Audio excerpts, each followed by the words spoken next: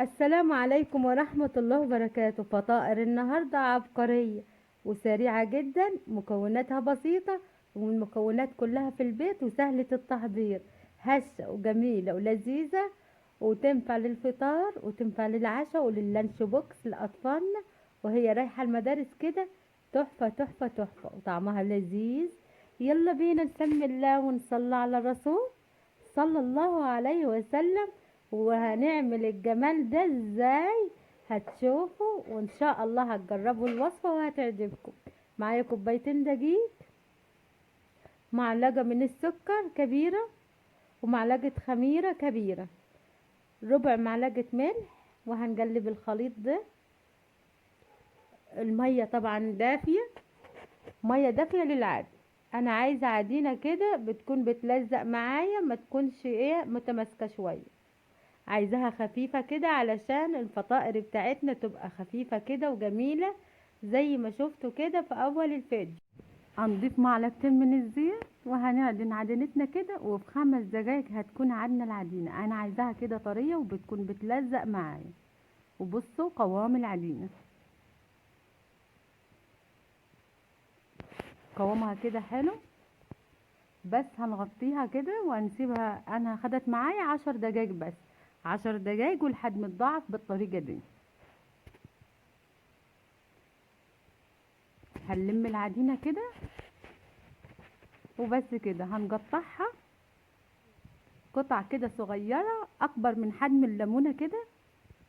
انا عاملة كده خليط بين الطماطم والفلفل والجبنة، رشة ملح. طبعا قلب الطماطم لا، انا واخدة حايشة قلب الطماطم عشان المية،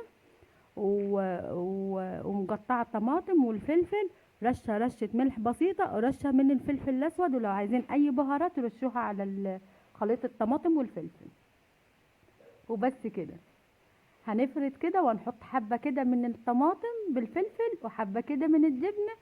طبعا الحشوة اختياري على حسب ما تحبوا، اي خضار اي لحمة عندك هتحطيها في الفطائر العبقرية دي.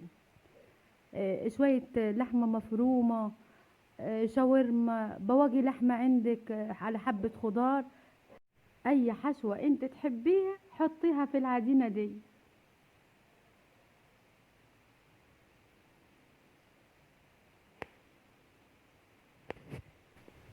هنفرد كل قطعة كده وحبة طماطم على حبة جبنة ونجمعها ونطبطبها كده تطبطبة بسيطة كده، فردة بسيطة بس كده. وهنكمل باقي الكمية بالطريقة دي. هنبتدي طاسة عندي على النار فيها معلقتين زيت هتسخن. هنبتدي بأول فطيرة أنا عملتها، هي اللي هنحطها كده في الطاسة.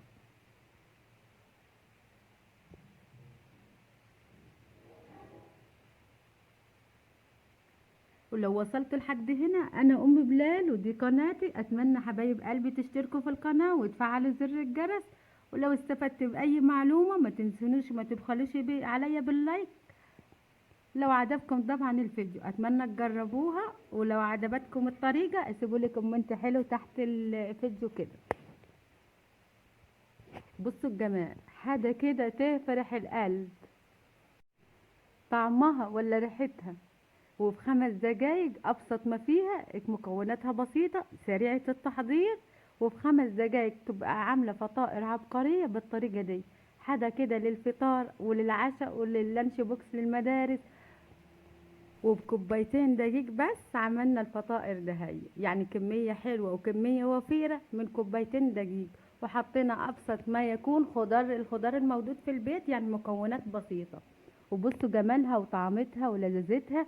ولو جربتوها اتمنى منكم ما تنسونيش طبعا في الكومنت الحلو.